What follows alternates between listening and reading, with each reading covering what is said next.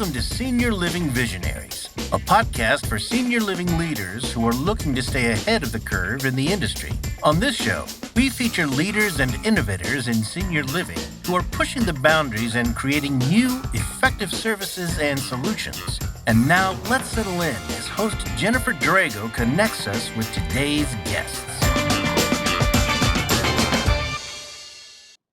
Welcome to Senior Living Visionaries, where we showcase the leaders and innovators who are shaping the future of senior living. I'm your host, Jennifer Drago, strategy consultant and CEO of Peak to Profit. And I'm delighted today to welcome Kim Hoppe, someone I'll call a friend now, and to talk to us about all things acquisition, joint venture, partnership, really its affiliation.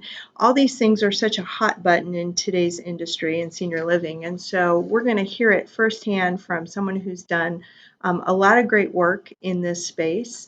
And it's Kim Hoppe, and she is the Chief Financial Officer of Brio Living Services, which is formerly known as Porter Hills Retirement Communities.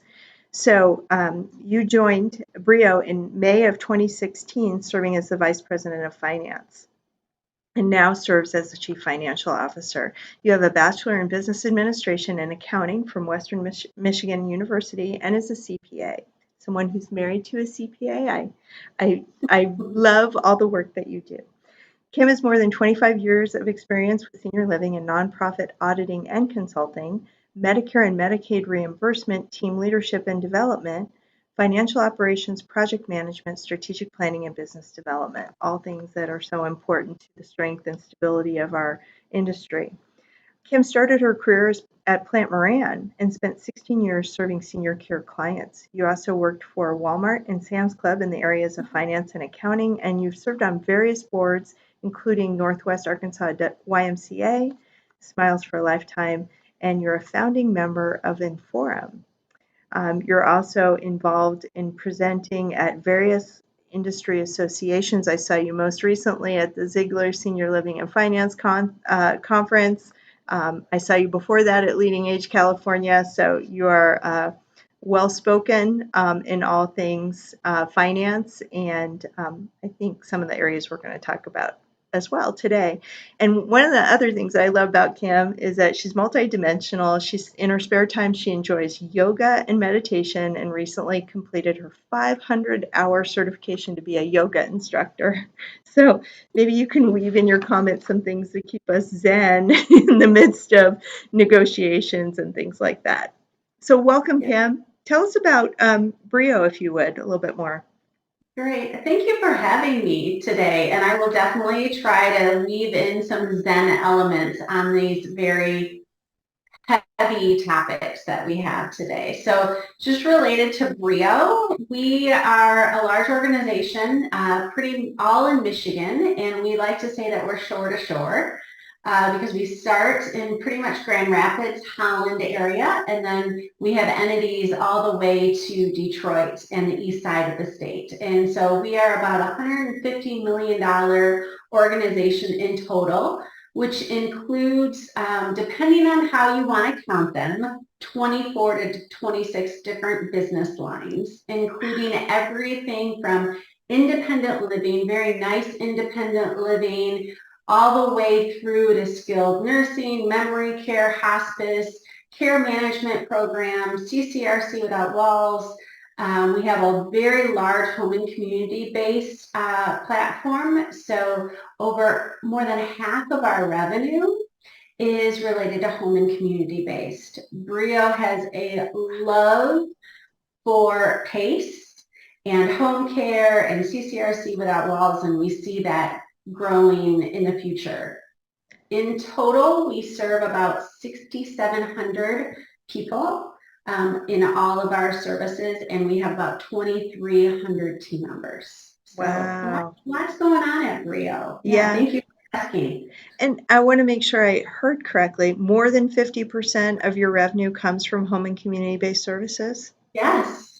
That's so exciting. About $150 million, over half of that comes from home and community based, and it's been amazing to watch that journey and to see those organizations really serve so many so many communities. So I know you joined in 2016. Has that kind of filling out that home and community-based space, the continuum and all the service lines, has that really happened in the last 7, 8 years, or has that been going on even before you joined? Been more than that. I would say in the last 10 to 15 years is when we really started to fill out that platform. Our PACE organizations, whether that be in the Grand Rapids market or on the east side of the state, really started, around 10 to 15 years ago. Some are a little bit more mature than others. Okay. So so one of the things we want to talk about today is really, the history that Brio has in expanding its mission-based services through partnerships, joint ventures, different things that you can explain. How did that strategy arise at Brio? And I know it was a really intentional strategy, but about how long ago, and what kind of what predecessed that discussion? What really happened? Yeah. Well, I think we have to go back in time a little bit and refresh our memory here. In 2009, we were Porter Hills on the west side of the state and United Methodist Retirement Communities on the east side of the state. In 2009, March of 2019, those two organizations came together. And so it's really important to go back in time, even before that affiliation, and talk about the strategy that led to so many joint ventures. And many of our joint ventures on the west side of the state really started from relationships. And believe it or not, relationships with our competitors. So in the Grand Rapids market, we have a lot of CCRCs, and we're very friendly competitors. The way we look at that, and I think I'm speaking for most of the CCRCs in the Grand Rapids market, is that we know that there's enough to go around, right? We know that there are so many people that need services and we can work together to bring those services to those individuals. And so really a lot of our organizations that started as joint ventures on the west side of the state were collaborations with other competitors, with providers. So a good example of that is Emmanuel Hospice, our hospice organization. Another good example is Tandem 365, which is a care management model that we're really proud of in the Grand Rapids market. Both of those organizations were a collaboration of 3, 4, 5 different CCRCs in the local areas. The other really, and related to those, when you're partnering with so many, let's say we have 18% ownership or 20% ownership, you're able to invest. Porter Hills was able to invest in an organization that was relatively innovative, right? Tandem 365 care management model. Pretty innovative for its time. I would say even now it's pretty innovative. And the reason we were able to invest is that risk was shared. It was shared with other entities. And I think that's a really important lesson when we're looking at joint ventures. Now there's a balance to that. And I'm sure we'll discuss that balance as we go through. The balance between being a majority owner and a minority owner and the control aspect of that. So the lens that I'm providing in this response is you can take on more risk, the more partners you have, right? That is one piece of the coin.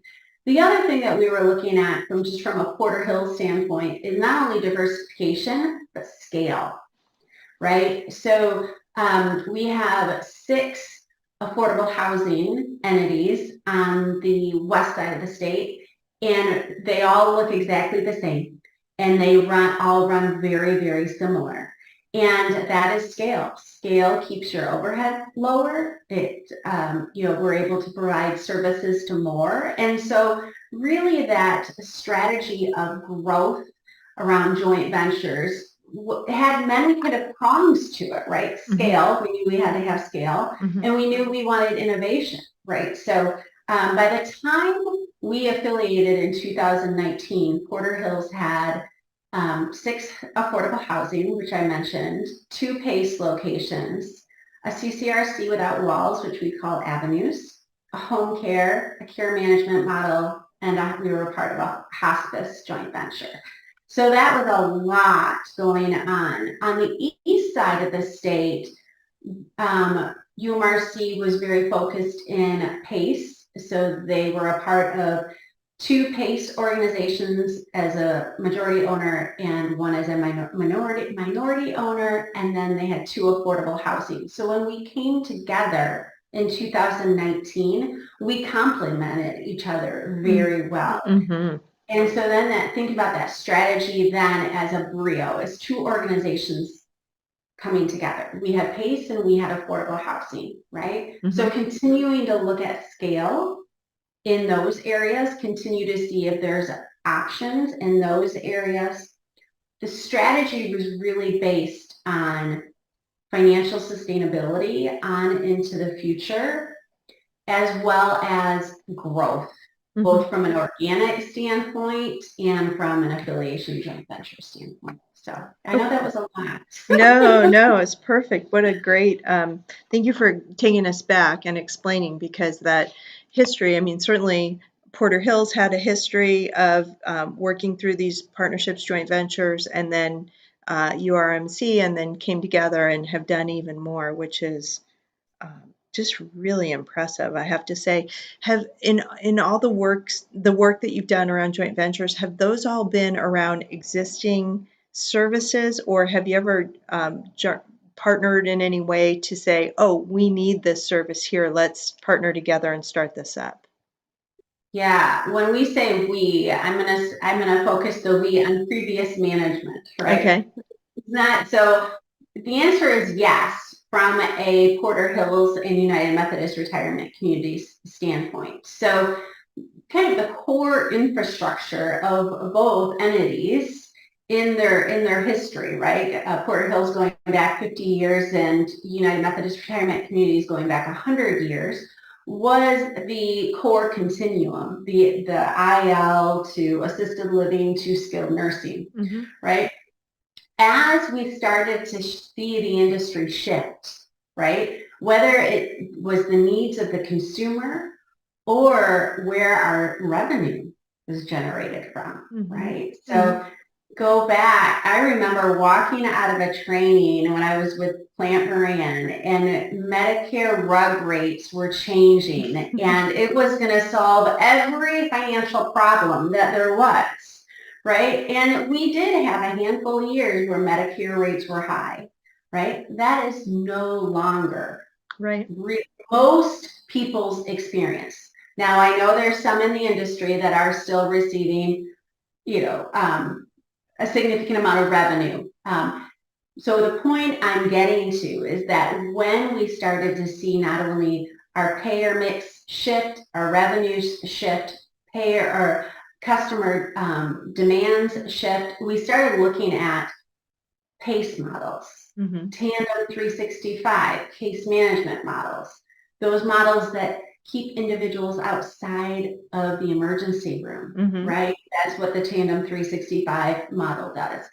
PACE, right? The nursing eligible individuals that can remain in their home and get all of their needs met. So yeah, we did really start from, we didn't just keep doing what we've always been doing. And that's key. That is really key to strategy and to financial sustainability. Right. What got us here, right? What's the quote? What got us here will not get us to the next step. Yes. Yeah. You can't continue to look down. We have to continue to look up. Yeah, I love that. I love that. That's going to be the key quote of this of our session together, I'm pretty sure. So how do you prepare yourself each year, not you, but your organization? How do you prepare the organization to have these discussions? So, say you have a strategic plan and you're looking out for your goals of, for next year.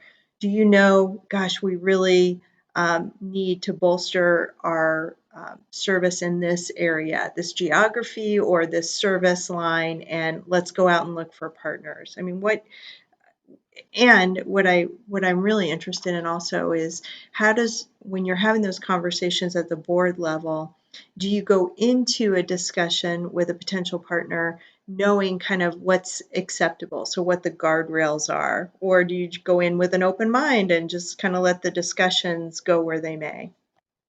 Yeah, those are some big questions. Take them however you like. Big questions. So I'm going to start with, if I can put my CFO hat on for just a minute and just let me wear the CFO hat, and then I'll take it off and go back to strategy. From a CFO lens and a financial sustainability, that has to be part of the annual planning, per se, of the strategy, right? The organization is going to have a strategy. And what I see in a lot of organizations is they have a strategy, although they might not have a financial strategy that also bumps up against that. And a financial strategy is larger than 1 year at a time pro forma. It's larger than your annual budget. And so a few years ago, shortly after we came together, our board and our finance committee worked together to develop what we call financial guardrails. And in a way, it's a financial strategy. And those guardrails, we have minimum. Where would we want to be from a financial ratio standpoint, the minimum? And where do we want to get to in the next 3 to 5 years? We're not saying we're going to get there in the next year, but where do we want to get to in the next 3 to 5 years from a liquidity standpoint, from a margin standpoint? And those financial guardrails, and there's not a lot of them really. There's, like 5 bullet points on a sheet that we can easily digest, right? And we can easily take an opportunity or build more of a work plan for a future development using those financial guardrails. What opportunity, where does an opportunity take us as it relates to those financial guardrails? And it's not complicated, and it doesn't have to be complicated. Okay. So the other thing that I would, when I'm thinking about our strategy, building our strategy, and then building the plan, as you said, an annual plan. Our annual plan is based on a multi-year strategy, and affiliations and joint ventures are absolutely part of that overall strategy.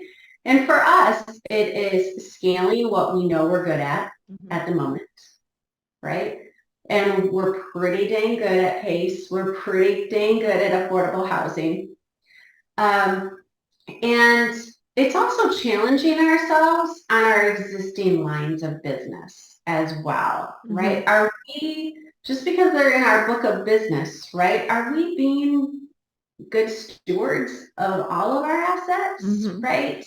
And so we've had to make some very difficult decisions over the years on service lines that didn't meet that. So our annual plan has us not only looking at growth, but also continuing to evaluate our existing business lines and what's the future strategy for those. I love it. I love it. And when I saw you in California, you co-presented with Sherry Pfeiffer from Eschaton, and she talked about putting all of her programs on an annual basis through a life cycle lens and kind of seeing where is this service line, or and what do we need to do if it's not where we want it to be? Is it time to divest? Is it time to reinvigorate that? Or are we, progressing up the growth curve the way we would like? And so kind of an interesting point, but I want to pull that out only because I think as senior living organizations in our industry as a whole, we need more providers to be looking through that lens every single year to say, what are we doing with this service? And especially when it's mission-based, it gets harder to make those decisions if they are hard decisions, if we can't reinvigorate something, but we need to do more evaluation on a regular basis. Yeah, just recently, I think it was at the Ziegler conference, I know I was having a few conversations around, you might have a CCR campus that has the full continuum, And you also need to break down that financial to really understand, how's your IL doing? How's your assisted living doing? How's your skilled nursing?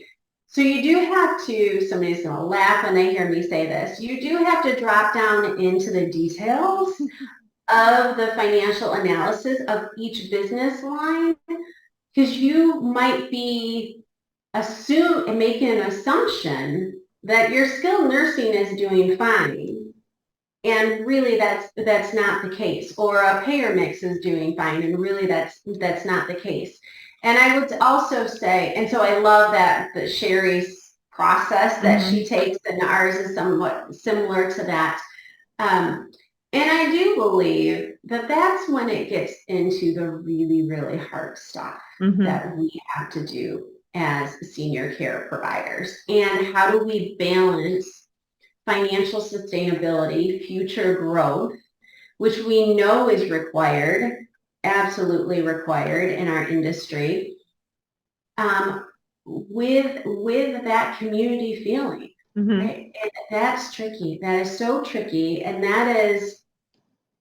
I think that is where, the really strong players come into the mix, right? How do those leaders continue to do really hard things and keep our not-for-profit mission and our not-for-profit hearts? And it's doable. Right. It is doable. We can do really hard things. Yeah.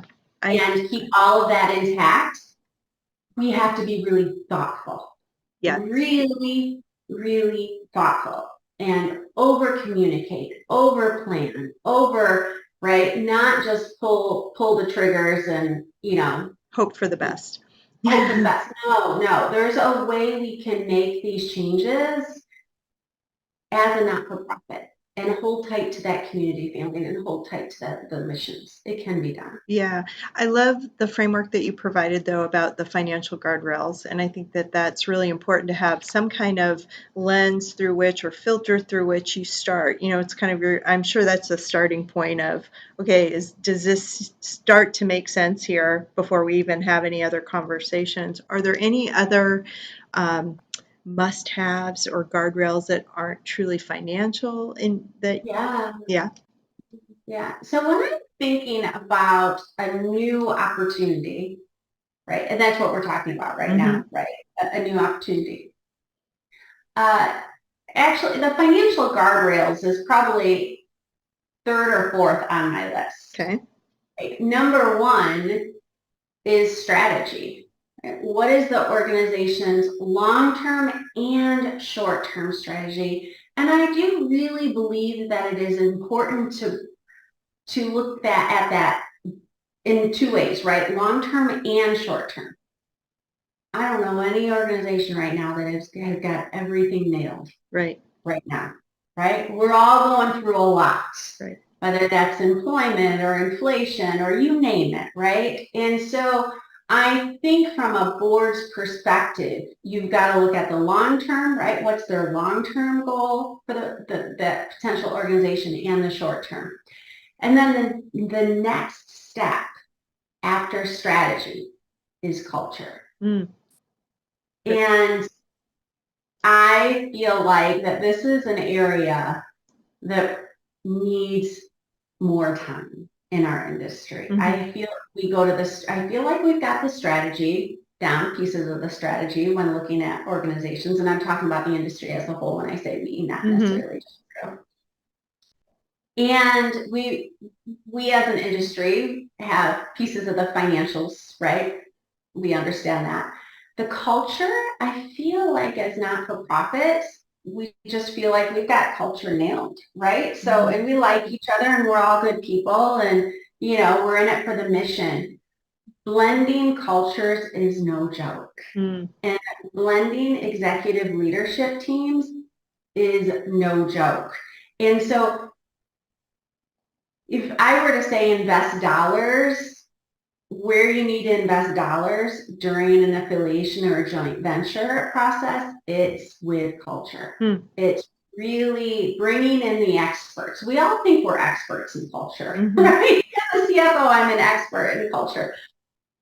we're not the experts. And I think blending those, because relationships will make or break Yeah. an affiliation or joint venture. And understanding the relationships and understanding what drives the organization from an internal culture standpoint and a board level culture. Okay. So those are kind of, and then, once you have the strategy, short and long-term strategy and the culture piece, then you can look at then the financial strategy. But the financial strategy really should be the result of 1 and 2. Right? If those work, then the financials should pencil. Right. So as we get down into more of the details, though, I'm going to just look at my notes real quick. I talked about financial guardrails.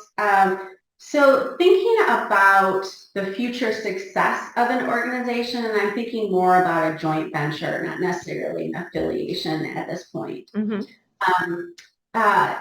Having not only financial guardrails around the whole entire organization, but of the new joint venture, really being clear on what those financial expectations are for the next 3 to 5 years, right? Where does the partners of that joint venture want that joint venture to be? And I think a lot of times that gets done. What I don't believe gets done as frequently is putting in a timeline with milestones and when a milestone isn't met, what happens? I feel like a lot of times we let that milestone pass and without any discussion. Next step. Yeah. Right. And so it's better to develop those milestones and the ramifications of not meeting those milestones. Develop that plan in the development process of the entity. Don't wait. Don't wait until you're 18 months, 24 months in, and you got a problem and you don't know what you're going to do, because at that point, you're not in the headspace to be creative. You're in the headspace of fear, right? And fear then is making the decisions instead of that creative ability. So the other one, control. Whether you're talking about a joint venture or an affiliation, the elements of control are always really tricky. And I would say, one, have those discussions early and have those discussions often, early and often. Okay. Yeah. And honest, early, honest, often, all of those things. And then the other piece is around control are the reserve powers that are built into the bylaws. And that we're getting into a lot of details when we start talking bylaws, but having a clear understanding of your options as they relate to reserve powers, and really partnering with, whether that be your consultant or your attorney or whomever you can rely on. Hopefully your attorney or your consultant has some affiliation experience and can bring ideas to the table, because there's lots of options on how you can structure the reserve powers to allow each organization to kind of get what they want. But without first tackling culture first, right? Before you get to the reserve powers, you can have a breakdown in communication early on. For sure. And I mean, everything that you've said is really about having forethought and not leaving decisions to happenstance later, right? Because we know these situations can arise, and when you're going into a new service or a joint venture, and it appears cultures are aligned, everybody's going to have their rose-colored glasses on and say, "Oh, that'll never happen." But you're kind of pre-thinking what could happen and what are we going to do. Which, to your point, is a lot better to do when your heads are cool than when your hair's on fire, right? Yeah. And I love to say, I think I had a room giggling around this one time, but not all marriages work. Yeah. And strategies will change. So especially if you're going into it as a minority owner, or if it's a 50-50, right? 50-50s are tricky, by the way, because you can get gridlock. So if you're thinking about a 50-50 relationship, you have to really, really think about the reserve powers in the bylaws so that you don't get to a point where you're gridlocked and nobody can change. And because what happens with gridlock then, if the partners are gridlocked, then the strategy of the organization can't move forward. Right. And that's so disappointing. You're impacting so many. But so I feel like I just lost my train of thought there. I was talking about gridlock and 50% in the reserve powers. I did just lose my train of Well, thought. you were saying that marriages end. Marriages. So, right. So have an exit plan. Yeah. Have an exit plan when you enter. Right. Know how you're going to get out and know how that equity is going to get dispersed, right? Have that prenup. And I would say, as you know, you can think, well, you're being negative. No, you're being proactive. Yeah. And organizations want organizations to change. Strategies need to change. Organizations need to evolve. Right. And so you have to assume that leadership is going to change over. Board members are going to change over. They're going to use strategy. And so make sure your documents reflect your bylaws and all of that reflect how do you exit, how do you change. Yeah. And the other piece, go ahead. Oh, no, I was going to say an exit strategy, I think, is good for any business plan, whether it involves a joint venture or not. I mean, that's something, as a strategist, everything I do has an exit strategy because you have to be thinking ahead for that. But go ahead. Yeah. Oh, the other piece I was going to say was just the return on investment. Love it. Is the other piece. We've experienced this in Brio just in the last few years. We've had some joint ventures that have been around for years and years. We gave them money and said, okay, here's your money. You give it back when you want to give it back. And I think that was the philosophy, right? For many, many years, we were mission oriented. We wanted to start new organizations. I think that we have to start to flip some of that mentality a little bit and really make sure that we're looking at these joint ventures, partnerships as investments. Yeah. Right? That those same dollars, whether it's $1 million, $3 million, $6 million, right? Those dollars could be in the investment market. Well, hopefully they weren't in the investment market in the last month, but you've got to think about how you're going to use the assets of the organization to further the organization. Right. That's investment. And so, and we've been able to go back in time and basically amend some of the agreements and whatnot and put in place some return on investments. And it's, we're very blessed that we've had partners that are willing to come to the table and have those conversations and understand that. Sure. And it makes them more accountable too. I think the organizations that are now the joint venture, if they know that they have to return part of their profits to the organizations that sponsored them, I think that makes them better stewards of the resources also. Absolutely. So I want to return to something, and I love the marriage analogy. So maybe the workaround culture before you get married could be like premarital counseling. Yes.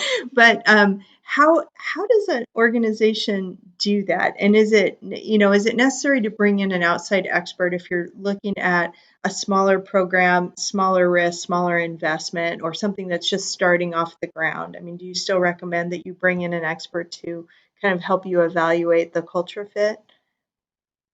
Yeah, maybe not. Maybe you don't have to bring in an outside consultant, consultants can sometimes be pricey, right? Like, no, we're always a good value. But no, I understand the potential.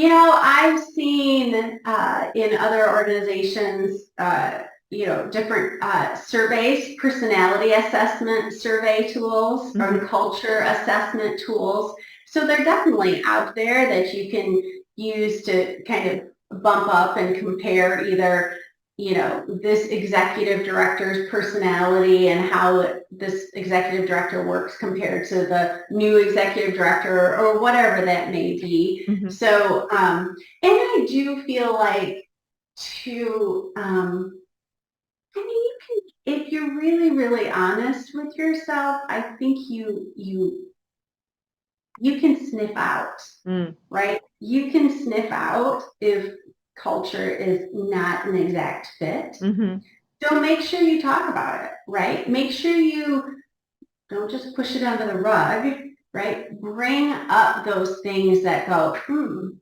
And it's really, how we all work, right? Culture is more about the how we do things than what we do.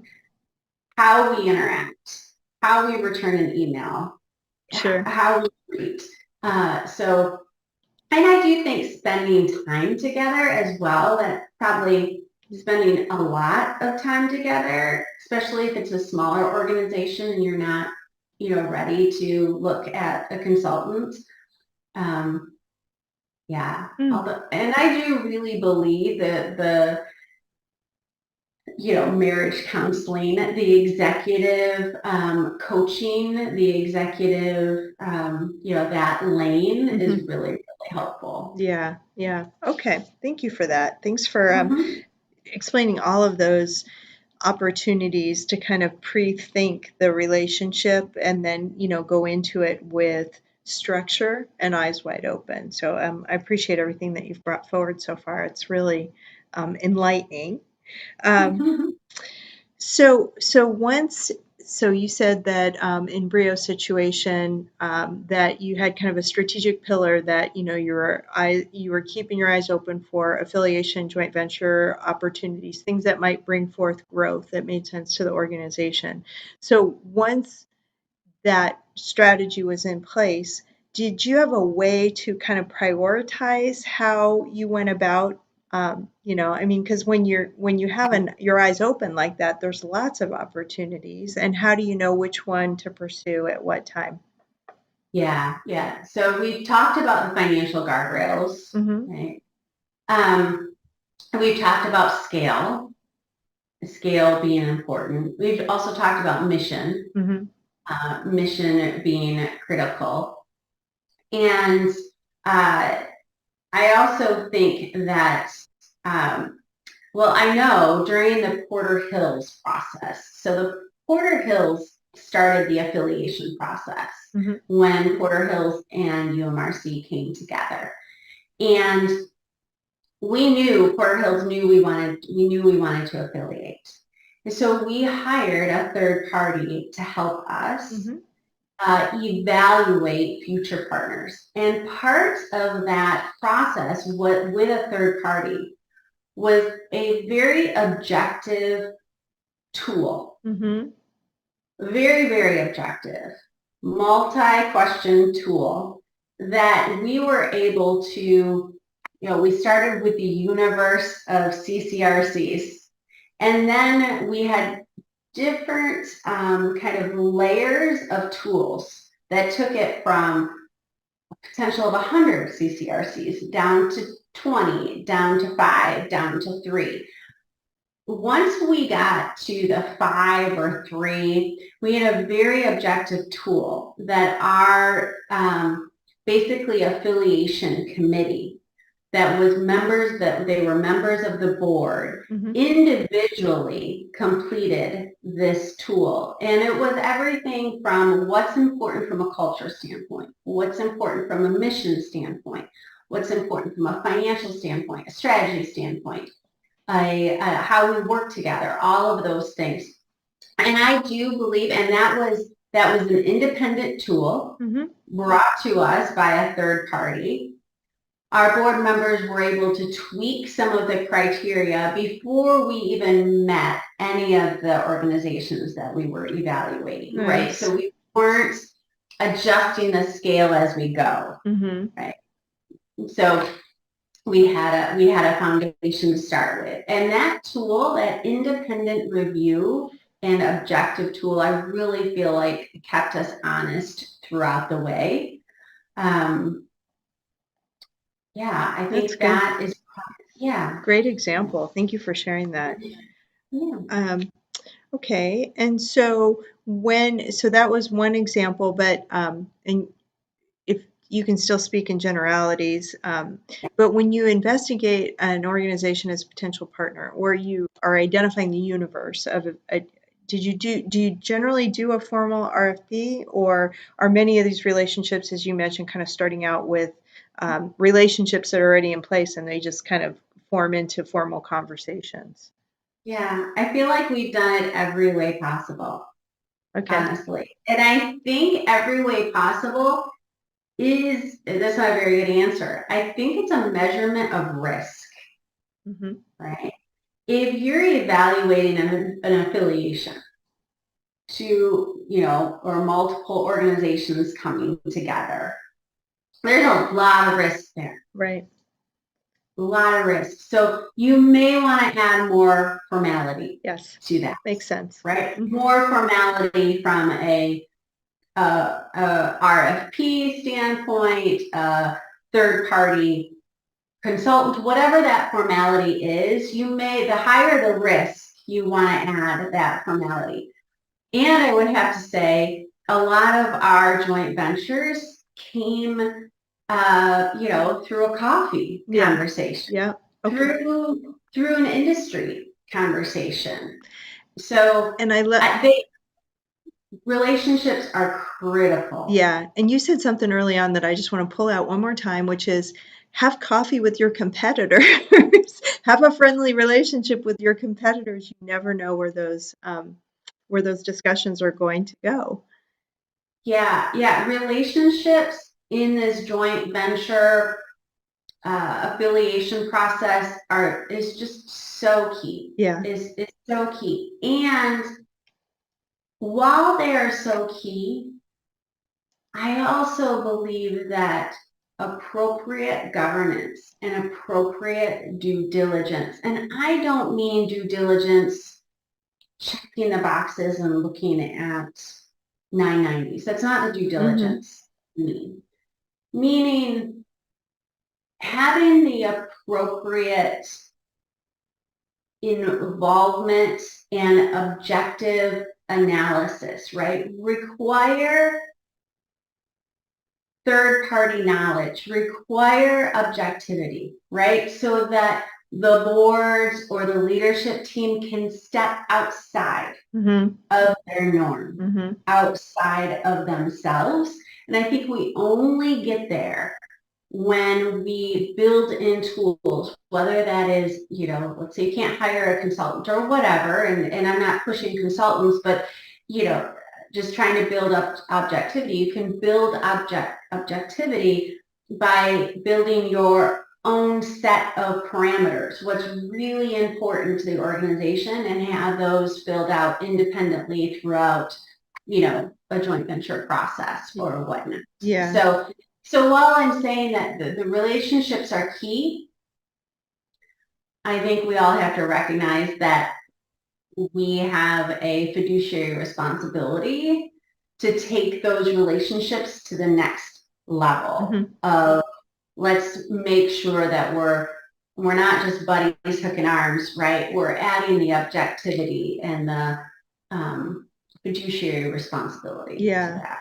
Really important. I was just at a governance training from Board Source, and one of the things that they talked about was purpose-driven board leadership, which is a series of 4 principles, one of them being really to consider the ecosystem in which you work, and that your organization's purpose is, yes, your fiduciary responsibility that your organization is run well and sustainable, but then to your point, when you're engaging in conversations about a joint venture partnership affiliation, you're talking about affecting more people, and potentially in a really positive way. So you're making a decision that benefits, you can make a decision that benefits your organization and benefits the greater good or the ecosystem. And so I think that it might be foreign to some boards, but it sounds like we should definitely be thinking about that when we're talking about these types of arrangements and relationships. There's when you said that it might be foreign to the board, some boards, it made me think that, and I know I said something similar in a Ziegler presentation about egos, right? Mm-hmm. When we're talking about joint ventures and affiliations, egos like to come into play, mm-hmm. right? Whether that be at the board level, at the executive level, and now I'm going to bring in my Zen to the conversation. Mm-hmm. I had a yoga instructor tell the class one time that during yoga, you check your ego at the door. Mm-hmm.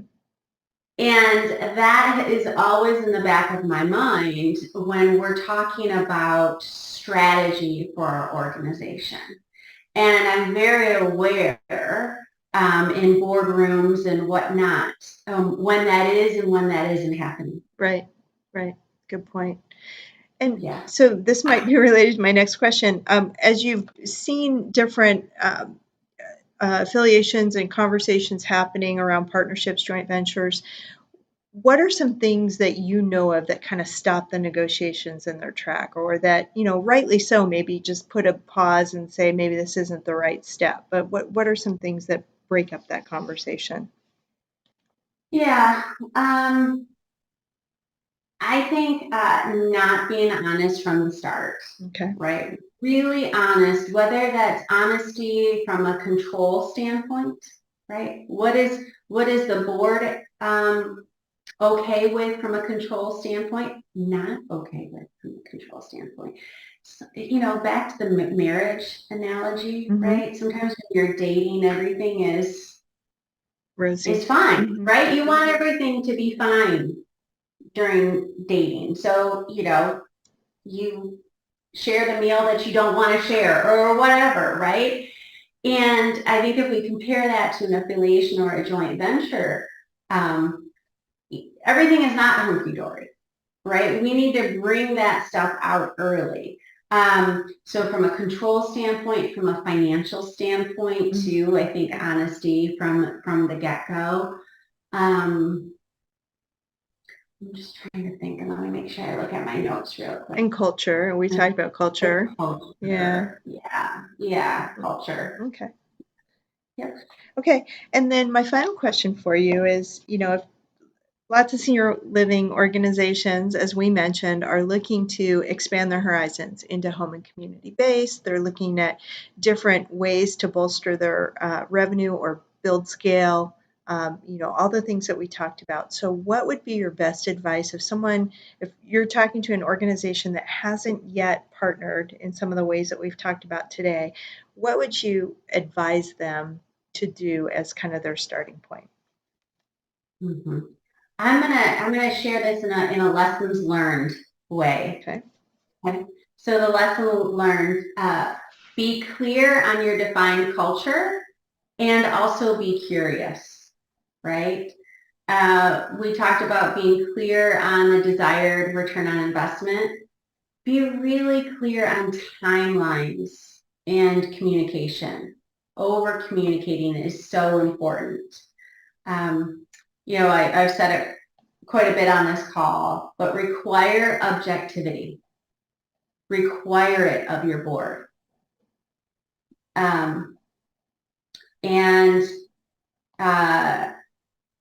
Rely on your experts. Mm-hmm. We don't have it all figured out. We really don't. And let's not assume we have it all figured out. So whether that's relying on somebody from an objectivity standpoint, from a culture standpoint, it'll save you money later. Yes. It really will. Let's see. And I think that address challenges early.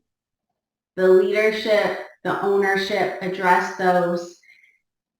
And while we have to continue to know our mission, know our culture, really being open and curious and learning from your partners in the industry, right?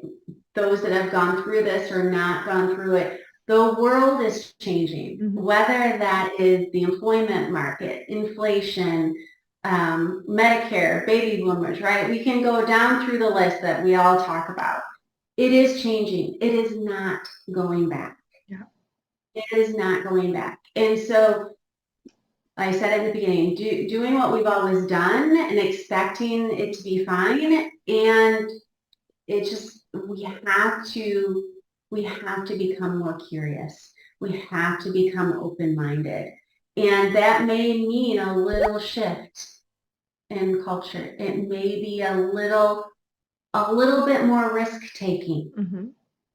I would encourage quite a bit more risk-taking. Right. But that's another podcast. Yeah. So. Yeah. No, but I mean, the risk-taking that you've done is in a measured way. And with guardrails. And I think that's really the key message, right? And I agree with you. Our industry needs to be more curious, needs to learn more, needs to move faster, needs to have the hard decisions, needs to be disciplined. But we can do that all in a very comfortable way. It doesn't have to be, risk is always uncomfortable, but I think it's important from a not-for-profit standpoint and organizations that are mission-oriented, right? That we do hard things with a soft heart. Right? That's why we're in not-for-profits, right? Is that we want to be with organizations that are mission-based and that do the right things. We can do the right things along with the hard things with a really soft heart, right? But we have to continue to challenge ourselves. Yes. Well, thank you so much, Kim, for all the wisdom that you shared with us today. I'm just honored to have had this time together with you and to learn from you. Can you tell our listeners, how can they get in touch with you? You're on LinkedIn, I know that, but tell us how you'd like them to get in touch with you. Yeah, probably the best way is through LinkedIn. And if your listeners have any questions about what we've talked about, I'm happy to help. Any questions, talk about strategy, affiliations, whatever. It's a very exciting time in our industry, and I'm really excited for our industry. I think we've got a lot of smart people doing a lot of amazing things, and however I can help organizations. I've been in this industry for 25 years. I love this industry, and I want to help so many organizations be successful. So feel free to reach out on LinkedIn. Thank you. We'll include that information in the show notes. And you've been listening to Senior Living Visionaries. I'm your host, Jennifer Drago, strategy consultant and CEO of Peak to Profit. Here at Senior Living Visionaries, we aim to share with you the leaders who are shaping the future of our industry, the disruptors, the innovators, those who have gone before us and are willing to share their lessons, just as Kim has with us today. So I invite you to subscribe to the podcast on all of the major podcast platforms. You can also visit us at seniorlivingvisionaries.com and sign up to be notified of new episodes as they become available. Thanks so much, and we'll see you next time. You've been listening to the Senior Living Visionaries podcast and radio show, where we showcase the leaders and innovators in the industry who are pushing the boundaries and setting the stage for the future in senior living and services. Join us next time as we share the bold ideas and breakthroughs of the industry's most forward-thinking leaders here on Senior Living Visionaries.